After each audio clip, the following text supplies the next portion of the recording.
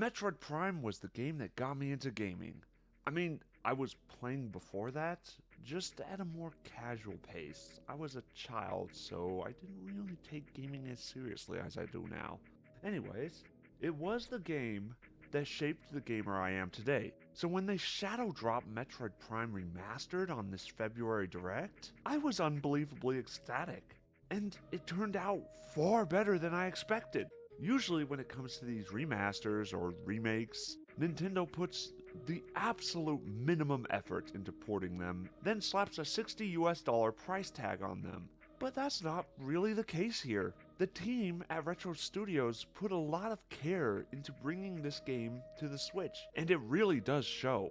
They didn't just throw this into the Unreal Engine to update the graphics and, just do the bare minimum effort to make sure that game is somewhat playable on the Switch. No.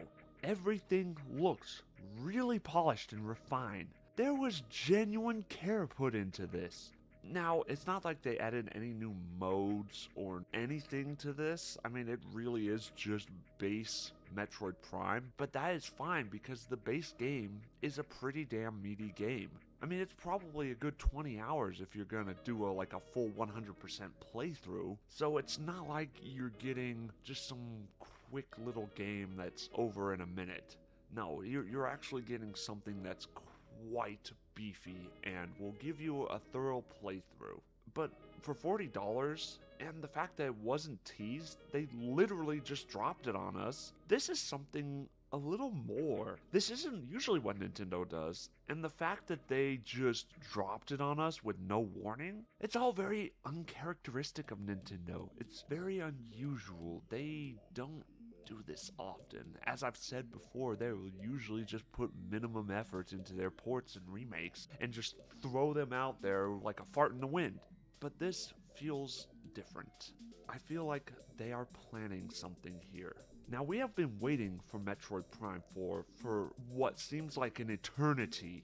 That's putting it very lightly. After the initial trailer, we got word that they weren't pleased with the product, so they completely restarted development with the original team responsible for the Prime trilogy attached. And that's really where we sit today. We have had no new updates, there's no comment on it.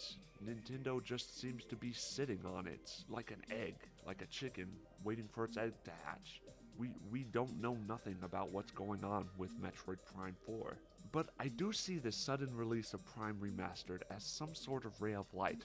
Maybe, just maybe, they will finally give us something about Metroid Prime 4.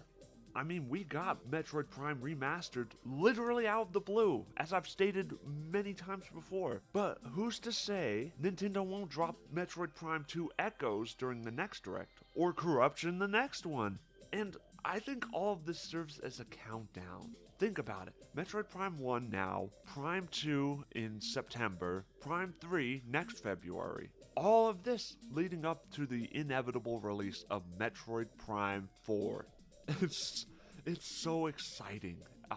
It would be the perfect way to advertise this. I mean, it just makes so much sense. Why else would you do it any differently? I mean, we've already got a teaser way back when, and just some light updates here and there about where it is in the updates. What I'm trying to say is, I wonder why they released only the first Prime game and not the trilogy. But doing it this way makes a lot more sense. First of all, Nintendo would make a lot of money doing it like this, so there's obvious financial incentive, plus the obvious reason of creating hype. And what else would drum up more hype for the next Prime game than a re-release of the originals? Now, I'm not usually a fan of these remakes and re-releases and remasters and whatever, what have you. But given how Nintendo is so stingy on what classic games they like to give us, particularly on the GameCube side, I'm okay with it. And like I said, this is the series that shaped who I am as a gamer. If it wasn't for Metroid Prime or Prime 2, and to a lesser extent Prime 3, I really wouldn't be here today talking about this.